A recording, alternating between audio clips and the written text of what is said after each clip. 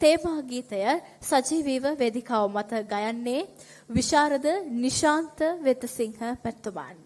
ප්‍රෝකියා තේමා ගීතෙහි පද රචනය, තනු නිර්මාණය හා ගායනය යන තුන් ආකාර වූ සියල්ල සිදු කර තිබෙන්නේ ඔහු. එතුමන් යෞවන සම්මානලාභියෙක්. ඒ වගේම ITN තුරුණුතරුව ජයග්‍රාහකයා ඉතා ආදරයෙන් ගෞරවයෙන් ආරාධනා කරමු උණුසුම්වත් පොළසන් ප්‍රසාද මැද්දේ විශාරද නිශාන්ත වෙතසිංහ මහතාට.